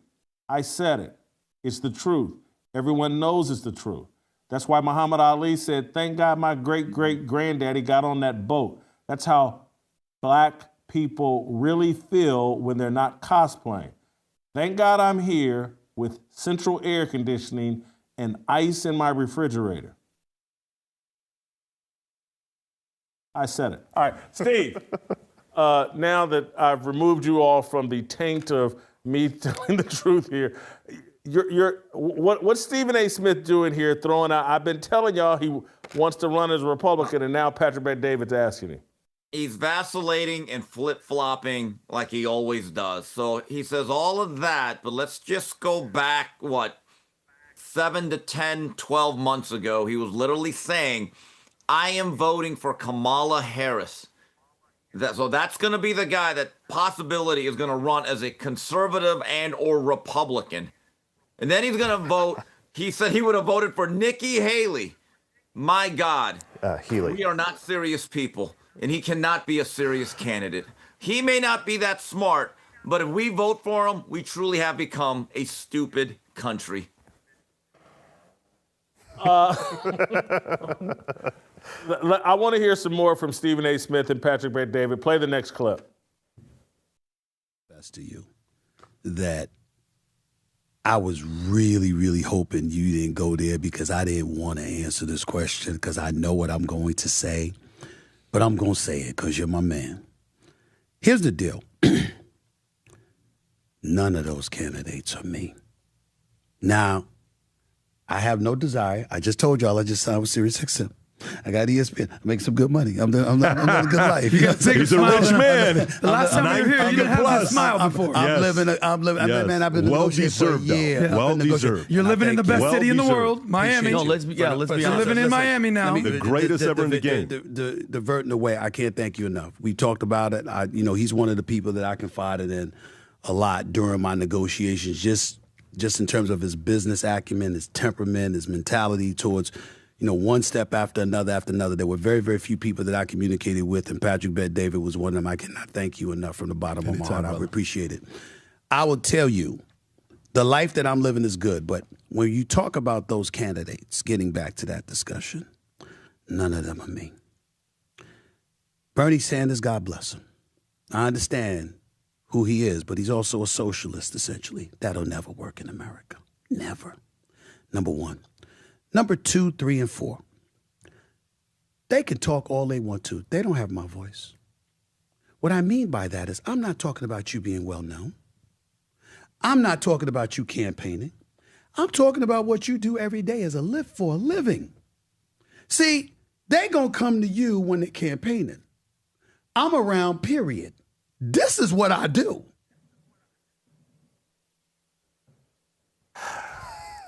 The arrogance is mind-boggling, and I would have to speculate on the other Democrats he's talking about. Maybe he's talking about Kamala Harris. Maybe he's talking about Tim Walz, Elizabeth Warren. I mean, they are in disarray. Pete Buttigieg. They have no bench. Hakeem Jeffries is their Speaker of the House right now, and he's yes. There is no bench. There's nobody on the Democrats. He is right about that. They're like, hey, it would be a serious battle. And here's what he's really, really saying, just to be honest with you, everybody. Guys, please don't make me get in a debate with J.D. Vance. I do not want anything to do with J.D. Vance in a debate, who would absolutely murder Stephen A. Smith. And everybody knows. By the way, he'd murder me. He'd murder virtually everybody. J.D. Vance is a different kind of wizard in these debates. And so he doesn't really want that going through. At least if he's going to get beat up in a debate, he'd like to do it as the Democratic nominee, and he could be like, guys, come on, he's mean, vote for me. But the reality is, he thinks he's Ross Perot, at least. If he thinks he can run as an independent, he thinks he can outdo what RFK just did. And RFK comes from a political dynasty and was polling at less than 5% of the vote.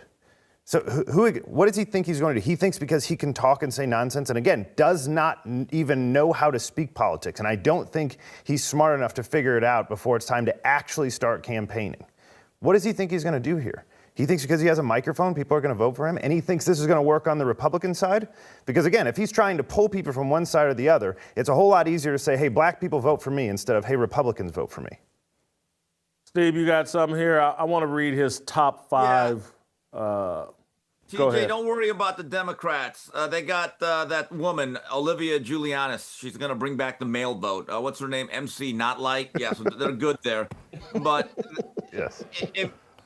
To your point about J.D. Vance, who's an absolute pistol, a J.D. Vance, Stephen A. Smith debate, I'm kind of debating myself. Would it be a quick kill like Mike Tyson, Michael Spinks, which I think went all of 91 seconds? Or would it be a prolonged beatdown like Larry Holmes against Randall Tex Cobb? Because, TJ, I couldn't agree with you more. That would be an absolute intellectual mismatch with those two on the stage. I would actually pay good money to see it.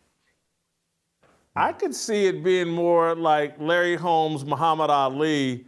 You know, Muhammad Ali had a big mouth like Stephen A., and Larry Holmes just kind of carried him out of sympathy and was actually begging the refs, come in, stop the fight, stop the fight. Here's Stephen A. Smith's top 5 priorities as a presidential candidate, and I think when J.D. Vance heard these, he said, man, this is all MAGA stuff. But the economy, border immigration, safety, basically he's talking about law and order, national security, and foreign affairs. Says he's a nationalist first, but however has globalist leanings too. You can't have them both. Jason. I'm fat, but I'm skinny as well. Anyway, go ahead. Jason, first of all, those are all America First policies, by the way, which were shouted from the rooftops, and I don't mean the Korean ones, by Donald Trump. Yeah, after all of this, and these are his 5 agendas that are at the top of the list, right? I'm going to go back to this. But he said his vote was for Kamala Harris. What does this guy stand for? He's a mile wide and an inch deep. Good grief. I'm not going to play the last clip. We're going to move on. That's enough. I want to move on to Allen Iverson and the pandering that keeps going on with Angel Reese. I mean, these, and look, I get, for a 6'3" basketball player, Angel Reese is attractive. I'm grading her on a scale. Curve. But they're a curve. Yeah, on a curve. I'm sorry. But they're acting like she's, Pam Grier in her prime, Halle Berry in her prime. The level of simping for this woman with fake eyelashes and fake hair and eyes that are a little bit too far apart, and a tiny bit of a mustache when her makeup isn't done right, it's like Allen Iverson, Shaq, everybody is like, oh, Angel Reese, my God, this level of pandering. So Allen Iverson was a spokesman for Reebok, and now Angel Reese is the top spokesman, I guess, for Reebok. Good luck with that. But anyway, Allen Iverson made this statement during a magazine interview talking about Angel Reese and trying to hype her up. Iverson says that Reese, one of the WNBA's brightest stars, is the modern day answer to making Reebok cool again. Quote, I love everything about her. I love what she stands for. She reminds me of my little sister. She's dope to me. She reminds me of myself, hoop-wise, and on a personal level, too. He's calling her a drunk, gambling degenerate on a personal level, because that's what Allen Iverson was. And then on a hoop level, this guy was one of the most skilled hoopers, slashers to the rim, jump shot, handles out the world. They got, unless she's a drunk, degenerate gambler, I don't know what they have in common. There's some irony here, because he really is describing Caitlin Clark on the court. He is. Yes. Yes. He could have. I don't know who he's talking about here. If you didn't tell me it was Angel, I'd been like, man, Caitlin's got some problems off the court I didn't know about. Steve, your thoughts on Iverson pandering? He has no choice. Let's keep it real. There's a couple of pressures. There's the corporate ties. There's also the cultural pressure. Because if he doesn't say those things, he's going to get drugged. And quite frankly, I don't think Allen Iverson wants that in his life. And I don't really blame him. And again, he's being a team player. Doesn't he have stake in Reebok? Doesn't he have like this deal that kicked in at age 40? So I kind of get it. I don't think anyone takes this seriously. Come on, let the answer be. He laid it out there on the court. Couldn't he just say her attitude, her rebellious attitude, and don't give a F spirit, that reminds me of me? that we're both rebels, we're both counterculture, but hoop-wise, this woman can't make a layup. But she can rebound her own missed layups really well. Steve's right. He gets $32 million when he turns 55. He's got a trust fund. Yeah. This is a lifetime contract. He's just going to say and do whatever he can to make sure this money grows. But he could say something more authentic than hoop-wise. Yeah. She reminds me of me. She reminds me. Attitude-wise, everybody would agree. Yeah, she reminds me of Dennis Rodman without the colorful hair.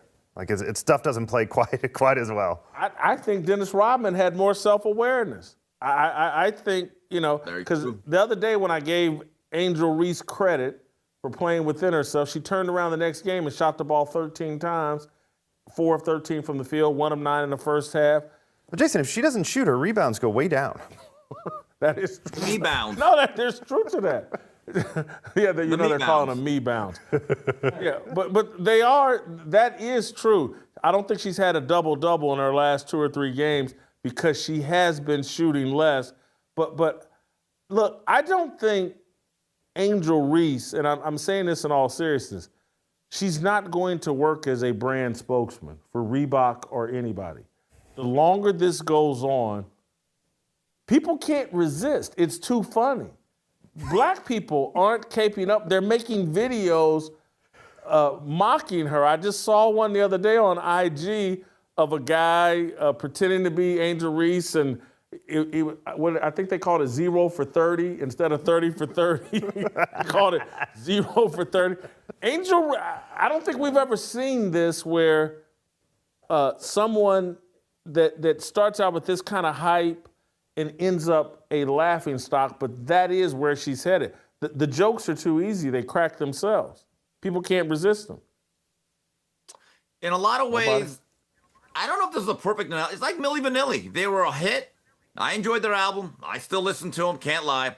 But once they were found out to lip sync, they became a national punchline.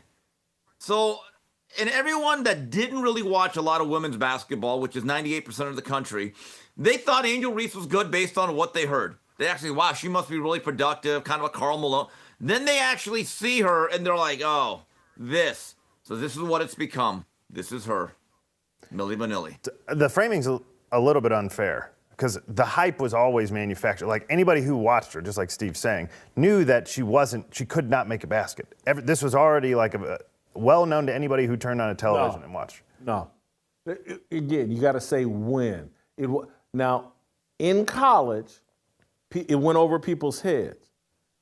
And again, because I'm stupid and I watch so much, that's why I was able to say, like, hey, man, I don't know if this is going to translate to the WNBA. There are going to be other big girls who are athletic, and she's not going to be able to get this shot off. Most people, though, in college, you couldn't see how unskilled she was, and you couldn't see. And then I can remember when she put out the video before the draft, this is right, of her shooting three-point jumpers. I'm like, oh, I was like, she's trying to convince NBA scouts or WNBA scouts who are like, hey, man, this girl's got no offensive game, and she thinks putting out this little video of her hitting unguarded three-pointers was going to convince somebody that she's an offensive player. But I think most people have been shocked by how bad she is offensively. And then just remember, like early on, I got ripped for calling her the most unskilled basketball player I'd ever seen. And this was early in her WNBA, and people were like, that's crazy. And now everybody agrees with me. They do. Here's what I would say. She played against Carmela Cardoso. Yeah. And that's when the light went off for anybody who's ever spent any time watching. Talking about in college. In college. And you're like, oh, there's a tall person. And she has no idea what to do. Everybody knew it the second you watched that. Well, you just keep in mind, everybody knew it. Most people didn't watch that. They watched Caitlin Clark games. And so, yeah, they casually watched South Carolina, LSU, but not like if Caitlin Clark, if Carmela Cardoso had played for Iowa and they had really been focused in, I think more people would have called on. Most people, and again, the Carmela Cardoso deal was when the light bulb went off for me, but I'm an idiot. I watch. Most people didn't watch. You baited me into it too. I watched it too. Yeah, but all I'm really trying to say is it was manufactured hype in reality. She was never doing anything special. It was obvious. You could see that Caitlin Clark was doing things that would translate. Everybody knew this. There was no, everybody thought, okay, she's going to be Rookie of the Year. She could be MVP in her first year. And by the end of the year, a lot of people were upset that she wasn't, even though Angel Wilson. Yeah. And so it was manufactured. Did anybody think she would be this bad, though? Because there is something, too. You know this as somebody. When you lose your confidence, and she so obviously has, you play so far below what you're actually capable of. Like, you should be able to hit 2-footers. Her whole life, she's been able to hit 2-footers. She's missing wide open layups for people that she's a foot taller than, and it doesn't matter because she's lost all of her confidence and now she thinks she's bad. I do think she's lost confidence, but I hitting 2-footers over midgets and people with no athleticism, and that's most of the competition in women's college basketball, is a lot easier. It's just a lack of skill. Whoever let her get out of junior high shooting the ball, and I can remember talking about it on the show. It's like she's shooting the ball from her hip. That's how a child shoots, not a 6'3" skilled basketball player. Steve, I'm going to move on to Dawn Staley. We'll stay in the women's basketball lane. Dawn Staley, there's a couple interesting things here. She did an interview with Van Lathan and someone else over at The Ringer, and she talked about how she questioned God or the losing to Iowa in the Final Four semifinals made her question God. Let's play that clip. The title of the book, Uncommon Favor, did that come from that interview and you talking with Holly Rowe, or was that always a personal mantra of yours? I use that phrase when I can't explain what just happened. Because we lost the year before we won the championship. We lost to Iowa in the semifinals. And then that one hurt me really bad. Like it really, the failures hurt more than the victories. Is that the toughest loss of your career? Career? Of your coaching career, that loss to Iowa, because that was the Caitlin Clark team. That's the toughest loss? Yeah. Yes. Why was that so hard? Not for me, for my players. For your players. Like, we had a great team. We had a great team. They did all the right things. Great people, great competitors. So I wanted them to win. I wanted them to go off, with a bang. And when that didn't happen, they were hurt, and that hurt me. Like, that hurt me to my core. Now, it didn't hurt me enough to didn't think there was a God. But I did question, hey, why? I need to know why. I need to know why. But the answer to the why happened a year later. I can show you better than I can tell you. Right. So God left me on the why. And then followed it up, and I had no words besides it's an uncommon favor. I think it was an uncommon humbling, and I think she's being slightly dishonest here. She can't be fully dishonest. She saw the original Iowa versus South Carolina game as a race war that she lost. These evil white people that are getting all this hype and all this attention, Caitlin Clark. And God's going to show the world that it's black women that dominate college basketball, and we deserve all the hype and praise. I don't think she can be completely honest here. She lost a race war, and it still bothers her, and she still can't understand why she lost that race war. Steve, your thoughts? It's just the perpetual victimhood of these people. It's old. It's, for lack of a better term, it's fatiguing. And if I'm not mistaken, I'm making an assumption, South Carolina probably has more parade All-Americans or top 100 players on their roster than Iowa, right? Let's say that assumption's true. Miss Coach Staley, you should not question God. You should question your own coaching ability if that is the case. That if you lost to an inferior team, which Iowa seems to be, then maybe don't look at the man upstairs. As Michael Jackson would say, look at the woman in the mirror. No question, South Carolina is a factory for great players, and they had far more talent. And Dawn Staley, again, I watched every drip of that, could see it come. No adjustments, can't really coach. and, wins with talent, and she got blown up on the bench by Lisa Bluter, who she tried to play the race card on leading up to that game. And again, that's why she got humbled and embarrassed, and probably Dawn Staley's most talented team ended up not winning the national championship because Dawn Staley's bigoted, and God wanted to show her the penalty for her bigotry. And again, I can't speak for God, and God had nothing to do with it. I apologize for saying that. I just don't like Dawn Staley, and so I've gone a little too far. I've apologized. TJ, your thoughts? Yeah, I mean, that was when things were just starting for Caitlin Clark in a big way. Yeah. That was her junior year. Yeah. And so I think I watched part of that game or whatever. I think you told me they didn't double Caitlin Clark that whole game. No. They didn't run people at her. She ran around, shot threes all day, and they left. Okay, left her up. So as it relates to her losing faith in God over a basketball game, what sort of existence are you in here? You've built your life. How many national champions is she? 3. Okay. And you lost to a team in whatever, is it, Elite Eight or whatever it was? That was the Final Four, semifinal. There you go. Okay. You lose in the Final Four with a good team, and suddenly you don't believe in God? What? I wouldn't say, her argument wouldn't be she didn't believe. She just questioned, because again, she saw this, and this is, her religious belief is that there's a big racial conflict going on. She doesn't believe there's a good versus evil conflict going on.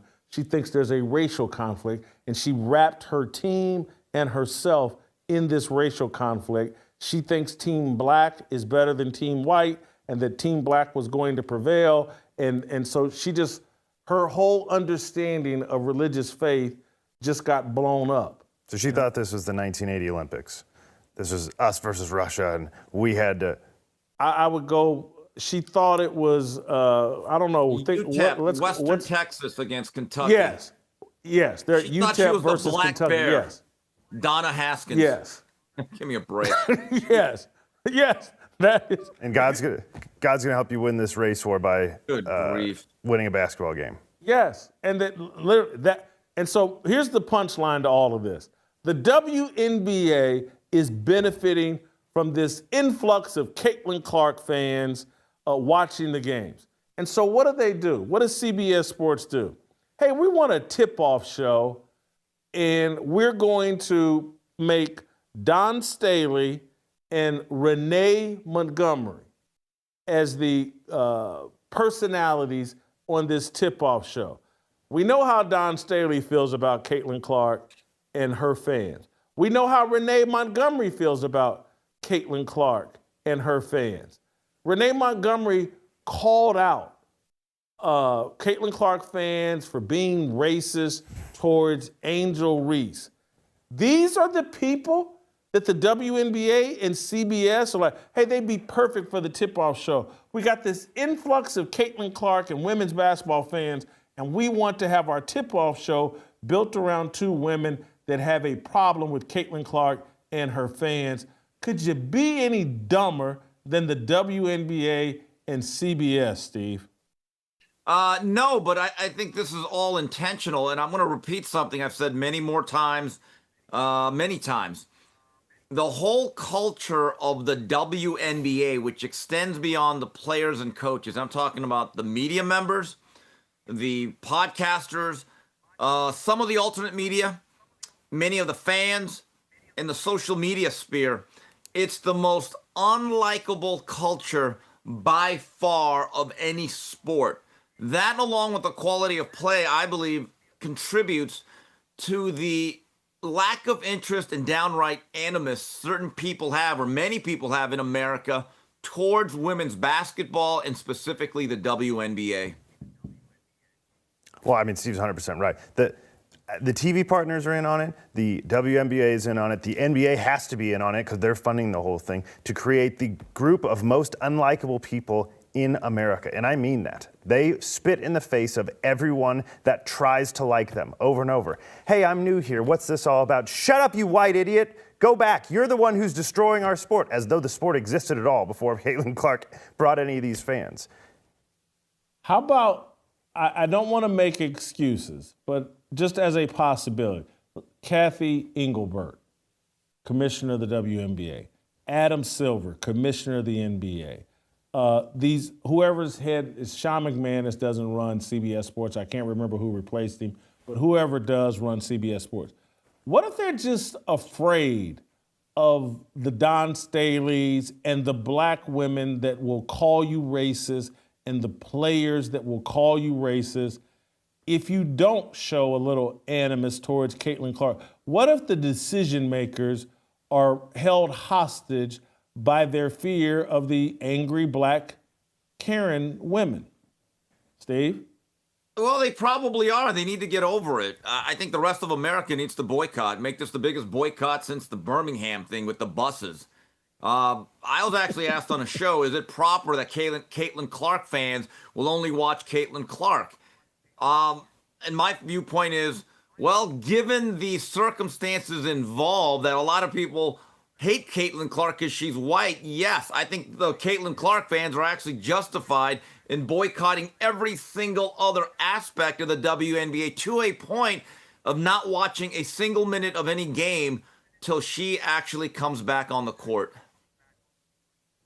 Steve, were Mike Tyson fans required to watch Trevor Berbick fights? And I don't even know if they crossed theirs or whatever, but Mitch Green fights, Evander Holyfield fights. Are you required to do that as a Mike Tyson fan? No, but there's a group of fans currently in boxing that if you don't like their fighters, they start running that racist label, they start whining and crying. But in general, boxing fans like boxing. And, you know, you have your preferences within that whole culture and that whole pool of talent. But I have noticed, and I've been labeled certain things just for telling the truth, but if you don't like a certain group of fighters, they start to label this. So I've seen this before. This is nothing new or completely that it only exists in the WNBA. It's not exclusive towards it. David Burson is a guy you're looking for on CBS Sports who looks very white to me. Yeah. And he's a guy who could potentially be held hostage. Here's my question for you, because I would be trying to make some money, perhaps, if I were the CEO of CBS Sports and whoever else is in bed with them. How much say-so does the WNBA get in scheduling and things like that? Like, if you're like, hey, we're scheduling all the Fever games in prime time, and that's what it's going to be, and we're making, we have a pregame show, and we're dictating who's on here, not you. Does the WNBA get to dictate a ton of this? Of course they do. How much? I mean, dictate, but incredible influence, yes. Of course, it's their league. It's promotion of their league. And Stephen A. Smith used to really want to be on NBA Countdown, but David Stern was against it, so it didn't happen. But yeah, they put together a schedule that put Caitlin Clark in a lot of primetime games to take advantage of it. But it's no different than what we're seeing with Nike. And we'll probably circle back to this topic at some point later on. But again, Nike won't even put out a Caitlin Clark shoe, even though there's great demand for it, because they're afraid of pissing off Asia Wilson. And there's no demand for an Asia Wilson shoe. Okay, but the WNBA shouldn't be dictating that. That seems obvious to me, that Nike could just say, we're doing what we want to do, and that's that. I got it. What my point is, this is the power of the angry black woman. Nike's afraid of them. The WNBA's afraid of them. The NBA's afraid of them. Everybody is afraid of them. But the cowardice of the white man is probably a better phrasing. Because if everybody's just, these are women with no power.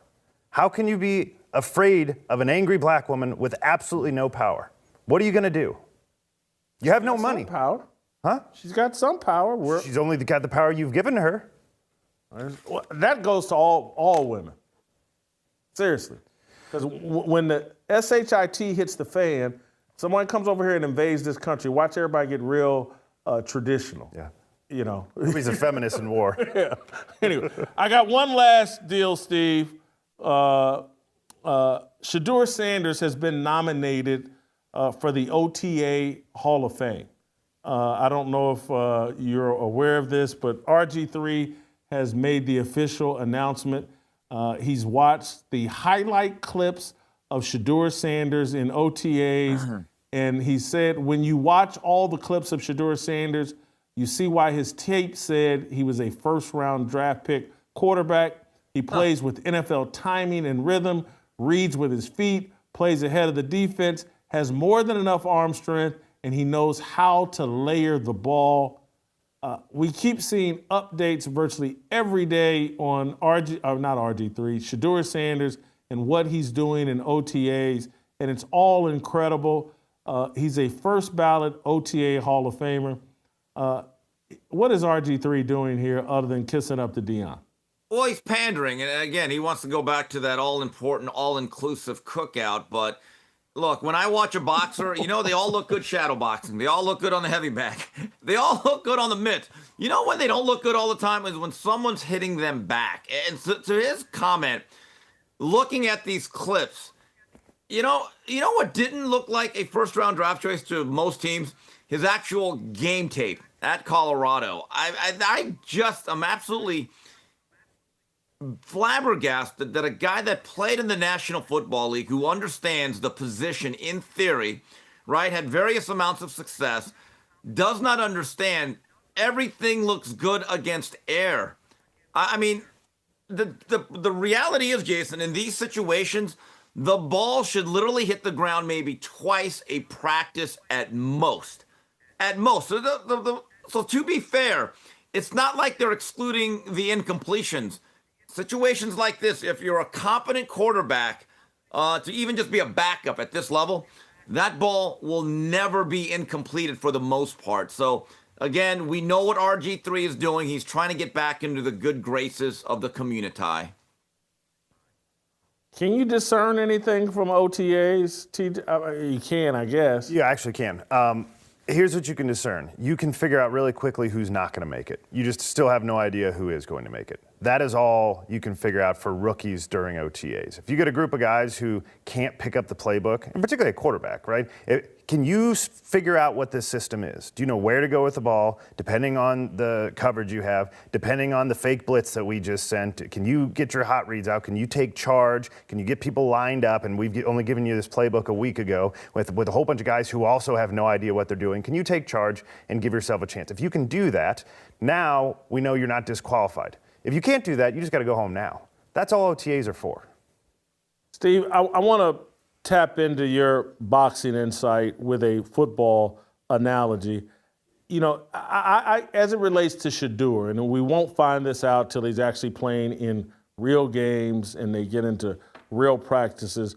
But there, to your point, there are athletes, and I wonder if this is true in boxing, that they don't really know the game. There are people that just have a talent for the game and they don't really know it.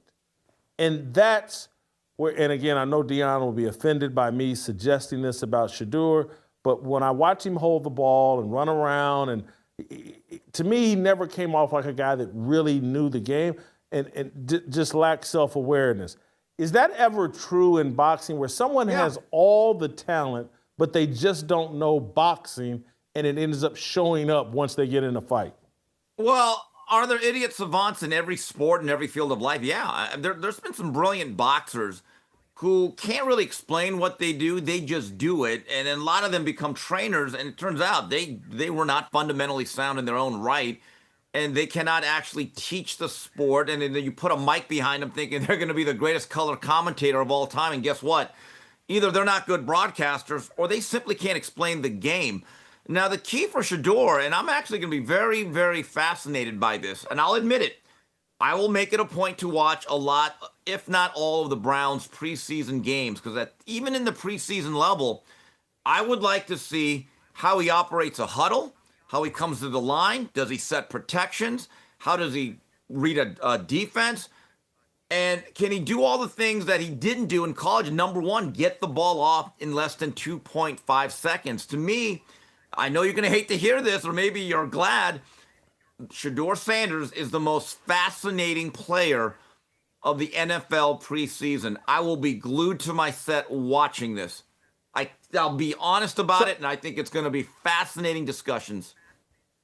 Let me ask you a follow-up then. So you're not bothered at all by the amount of attention Shedeur is getting. You think it's justified because he is that fascinating? Yes, I think it's funny. I'm entertained by it. It doesn't really impact my life given the fact that there's other things going on. But we can't expect a guy that was the talk of the draft, even more so than the #1 pick, who ended up going in the 5th round. There was so much focus on him, right? So then do we expect everyone just to shut off the spigot come OTAs? Like we're just going to forget about it? What are you talking about? The guy dominated draft coverage for the first 250 draft choices, right? And so even though Cam Ward is a guy I'll be following, I kind of know what Cam Ward is. He's going to be a very solid, reliable, responsible young man. But the volatility and the intrigue is in Shedeur Sanders, because this thing has gone beyond sports, Jason. We have to be honest about it. There is a cultural aspect to that a lot of people believe, like a Dawn Staley, that their cause is more than just a career or a game. This is very, very cultural here now with that particular player. Cam Ward, Shedeur Sanders, preseason game on at the exact same time. Who are you watching? Well, come. Of course I'm watching the future Rookie of the Year and 3-time MVP, Cam Ward. That's not even a question. But thanks to modern technology, you can DVR it, and I will certainly watch that other guy after I watch Cam Ward's greatness later on in the night. That's my honest, blunt answer there. This would be an interesting scenario for me. If Colorado, Dion, were playing at the same time as Shedeur and the Browns, what would I watch? What if the Fever were on at the same time? What if Caitlin Clark was playing, though? What if she was on, though? It's not even a triple question. box? That's You not go even. triple box on that one? What's going on here? Even if the Fever were on and Caitlin Clark were injured, there's a chance I would watch the Fever. Jason, you got to get help. Oh, my God. You are sick, I got some people who will see you. But I would still watch Colorado over I'm not as interested in Shedeur. Because one, I think Shedeur, it's going to be a 3-year process before we find out the truth on Shedeur. I don't think we're going to learn anything. There's a lot of guys that come out like gangbusters as rookies and look good, and then it's year 2 or 3 before the truth comes out. Why are we assuming Dylan Gabriel's not going to be the starter? There's going to be nothing to watch. Why would I want to watch him standing with his helmet next to the offensive coordinator? I want to see if he holds the clipboard properly and does he engage with Dylan Gabriel? That's good form. Does he try to undermine? Does he keep the big gold chain on? Anyway, there's things to watch. Anyway, we've been at this a long time. Steve, thank you so much. Great job as always. I think we covered everything I wanted to cover, everything we promised to cover. Hope you guys enjoyed it. We'll play tomorrow. We'll see you tomorrow.